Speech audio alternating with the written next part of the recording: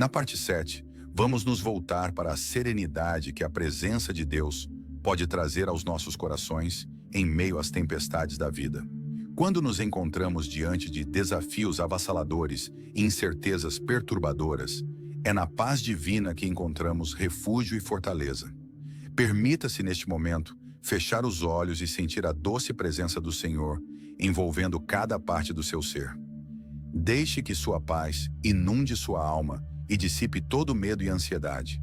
Que nesse instante de conexão com o Príncipe da Paz, você encontre descanso para sua alma e confiança para seguir adiante, sabendo que Ele está sempre ao seu lado, acalmando as ondas agitadas e guiando seus passos com amor e cuidado.